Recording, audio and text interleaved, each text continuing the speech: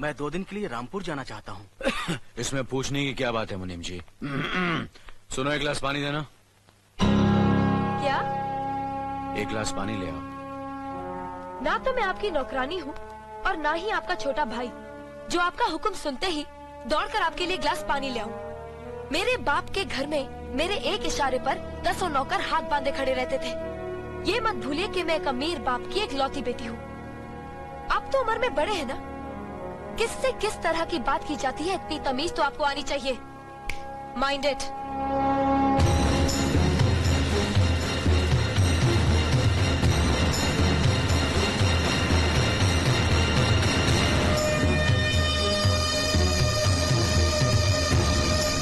मालिक, छोटी बहू की बात का बुरा मत मानना, नादान है, बच्ची है। गलती हमारी है मुनीम जी। हमने ऐसी लड़की को काम करने को कहा जिसे काम करने की आदत ही नहीं है। बड़े भैया, पानी। नकुल, वो ट्रैक्टर रिपेयर करवा लिया ना? जी करवा दिया।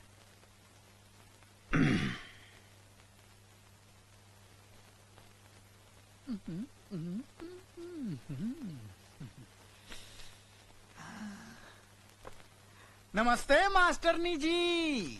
अरे अरे, आप नीचे क्यों बैठ गए? ऊपर बैठिए ना। नहीं नहीं, मैं यही ठीक हूँ। आप पैर ऊपर रखिए ना। नहीं नहीं, आप ऊपर बैठिए। नहीं, आप पैर रखिए ना। नहीं, आप ऊपर बैठिए ना। अरे आप पैर रखिए ना।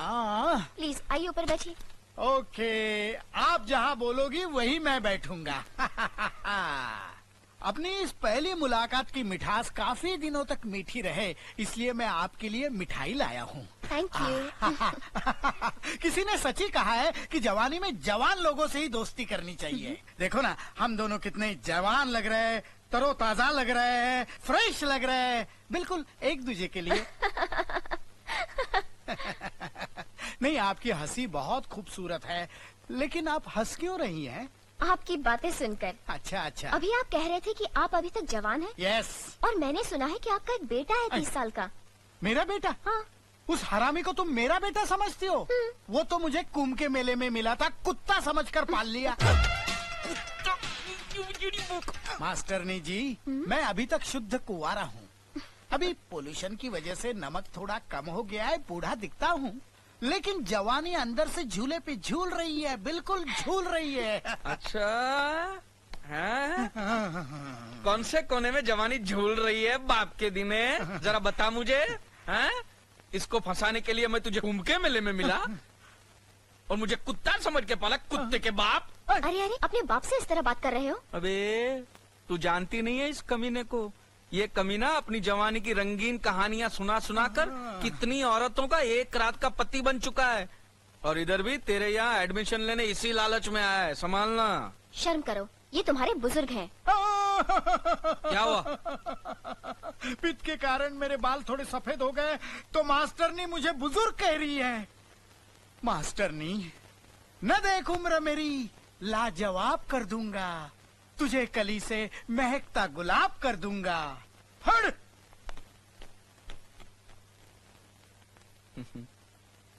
तुम तो दरिया हो, समंदर हो।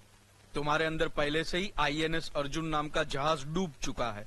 फिर ये मेरे बाप जैसी छोटी मोटी कश्तियां डुबोने से क्या मिलेगा? छोड़ दो बेचारे को, माफ करो, आगे बढ़ो, जाओ। हाँ, अजीब बाप बेटे हैं।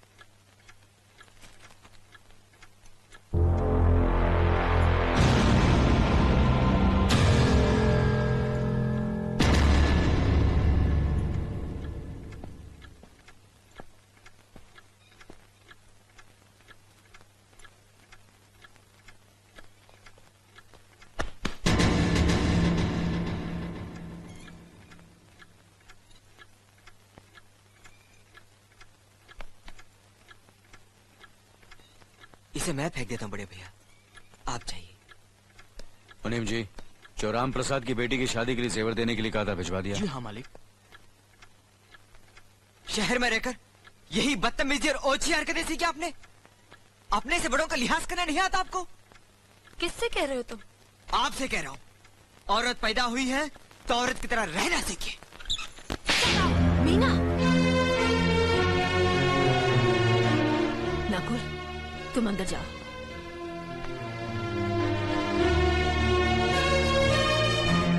पागल हो गई हो तुम? औरत होकर एक मर्द पर हाथ उठाते हो? इतनी ऊंची घराने की बहू होकर ऐसी नीच हरकत, शर्म नहीं आई तुम्हें? कौन सा ऊंचा घराना? ये जहाँ सिर्फ एक आदमी राजा है और बाकी सब उसके गुलाम। मीना, चिल्लाइए मत। आप मेरी सास नहीं है। जिस तरह आप इस घर की बहू है वैसे मैं भी हूँ। बहू हो तो बहू की मर्यादा में रहो। मर्यादा की रस्सी में तो आप जैसी जाहिल और गवार औरतें बनती हैं। मुझ जैसी पढ़ी लिखी मॉडर्न जमाने की लड़की नहीं। Uneducated idiots. Excuse me. I am not an illiterate. I am a graduate from the University of Allahabad. I am aware of the modernization of women, but I have not forgotten my culture, my customs, my traditions and my values. And most of all, I'll never ever forget that I am an Indian woman.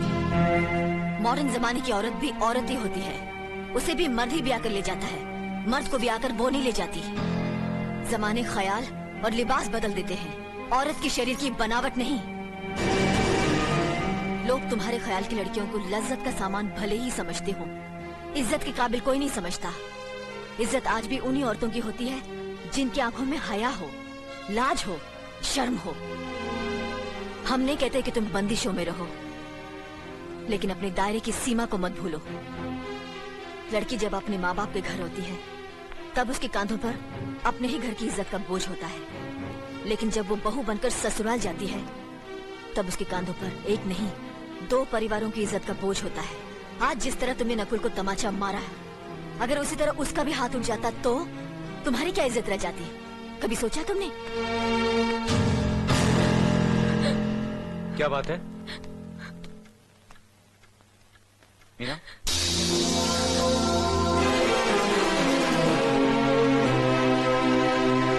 क्या हुआ भाभी? कुछ नहीं। मीना कह रही थी कि उसे खाना बनाना नहीं आता। हमने सोचा कि 2-4 खरी खोटी सुनाने से ही सीखेगी, तो सुना दिया। बस रोने लगी। क्यों अर्जुन, हमें तुम्हारी बीवी को डांटने का भी हक नहीं? क्यों नहीं, आप हमारी भाभी माँ हैं। आप मार सकती हैं, डांट सकती हैं, कुछ भी कर सकती हैं।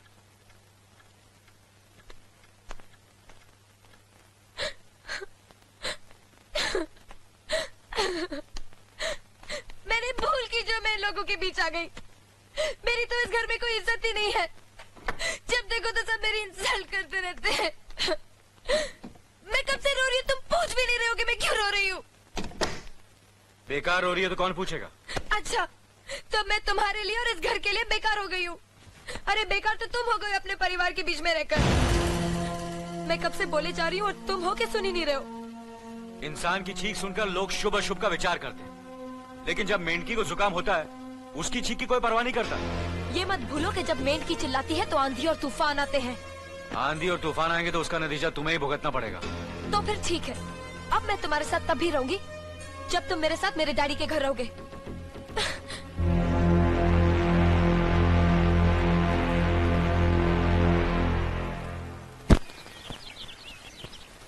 हमारी मीना बहुत प्यारी बच्ची है, लेकिन उसमें अभी भी बचपना है। हमारे तौर तरीकों को नहीं जानती है ना, लेकिन आस्ता आस्ता हम उसे सब सिखा देंगे।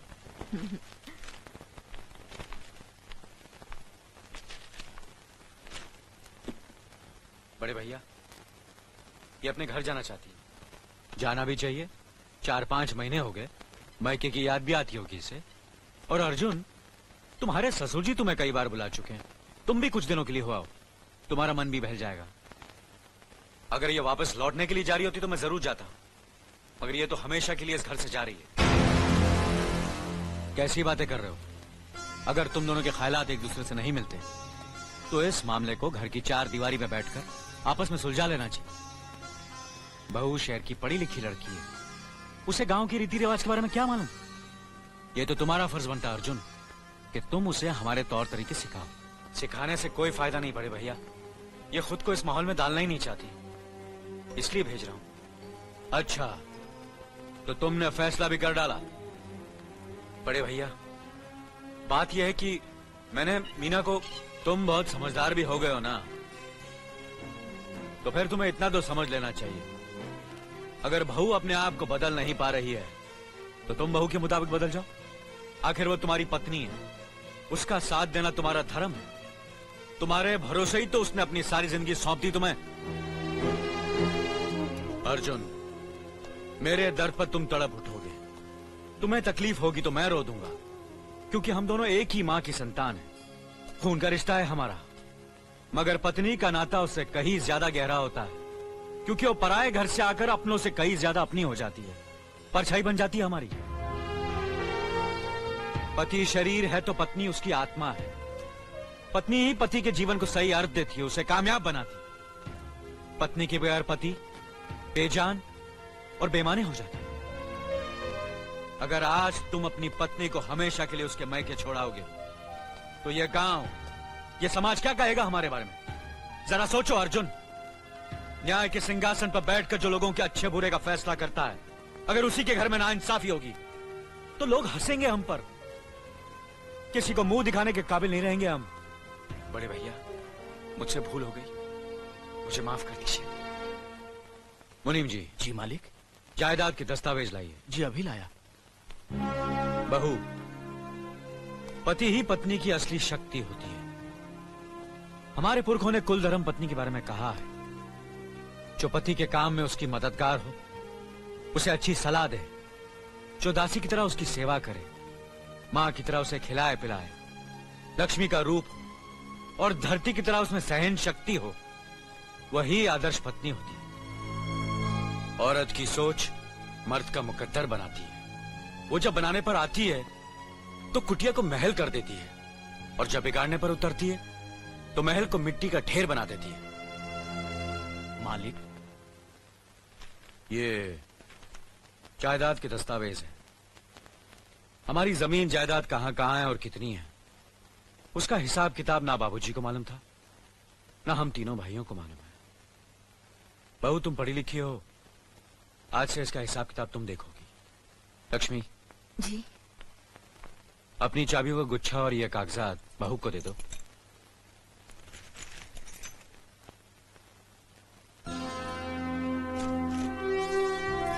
आज से तुम इस घर की मालकिन हो। तुम जहां कहोगी, जिस कागज पर कहोगी, हम तीनों भाई चुपचाप आंख बंद करके दस्तखत कर देंगे।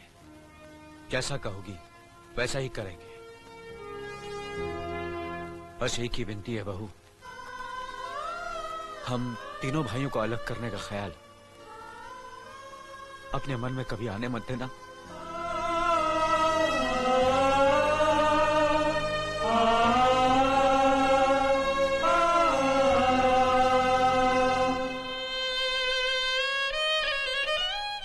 बहुत अच्छा किया तुमने बहू, बहुत अच्छा किया। इनकी आंखों में आंसू देखने की हमने सपने में भी उम्मीद नहीं की थी, लेकिन तुमने हमें दिखा दिया। बहुत अच्छा किया तुमने, बहुत अच्छा किया।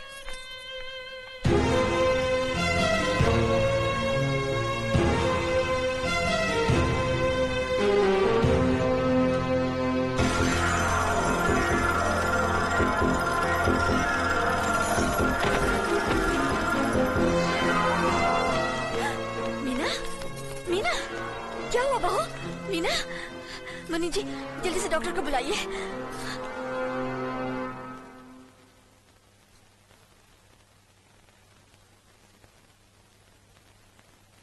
घबराने की कोई बात नहीं, ये माँ बनने वाली है।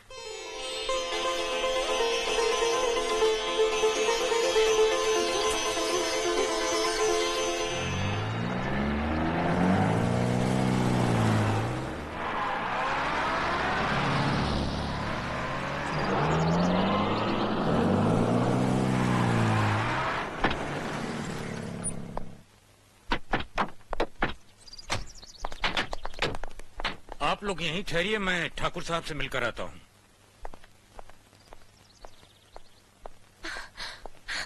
डैडी, डैडी, कैसी हो बेटी? व्हाट अ प्लेजेंट सरप्राइज, आने की खबर भी नहीं की।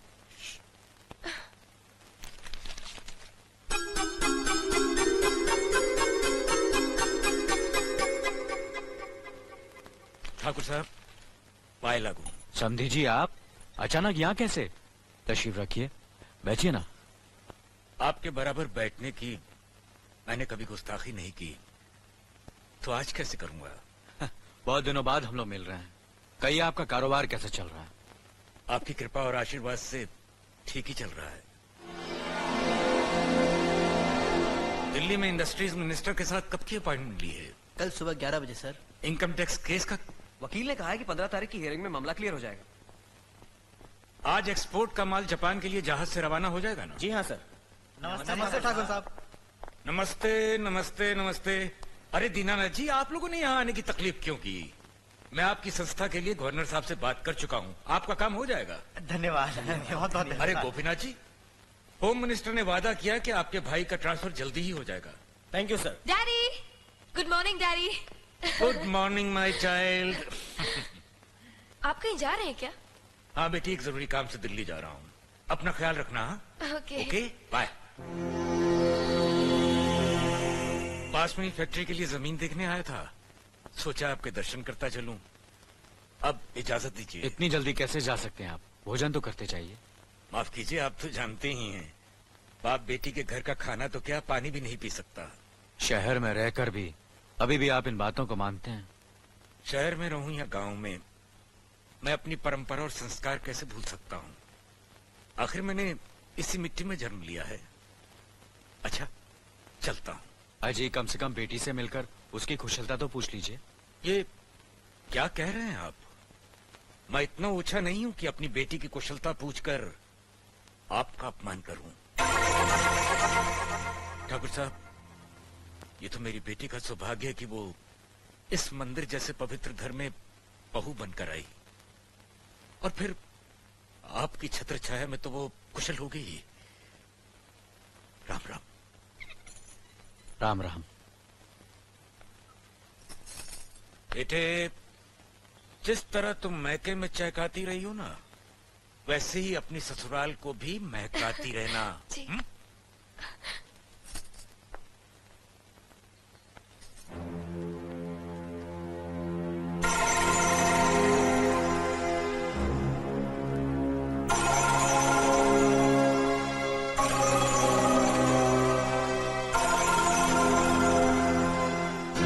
आप तो उम्र में बड़े हैं ना, किससे किस तरह की बात की जाती है इतनी तमीज तो आपको आनी चाहिए। Mind it, mind it, mind it, mind it, mind it. बड़े भैया, अरे? मुझे माफ कर दीजिए। क्या हुआ? मुझे माफ कर दीजिए। ये क्या कर रही हो? अपने पापों का प्रायश्चित कर रही हूँ। मैंने आप जैसे देवता का अपमान किया है, आपका दिल दुखा है, मुझे माफ कर दीजिए बड़े भैया, मुझे माफ कर दीजिए, मुझे माफ कर दीजिए। लक्ष्मी, मुझे माफ कर दीजिए बड़े भैया, बड़े भैया मुझे माफ कर दीजिए। मुझ पर तरस खाकर मुझे माफ कर दीजिए बड़े चलो भैया। तुम्हें ऐसे नहीं बैठना चाहिए, मुझे माफ इससे कर बच्चे पर दीजिए। असर पड़ेगा बेटे। मैं आपकी भी दोषी हूँ दीदी। आपने जेठानी की जगह माँ बनकर मेरी गलतियों को बर्दाश्त किया, और मैं अभागन आपकी बेटी न बन सकी। मुझे माफ कर दीजिए दीदी, मुझे माफ कर दीजिए। अब चुप भी हो जा। तो हमने कब तुम्हारी बात का बुरा माना? हाँ, पगली, रोते नहीं, रोते नहीं।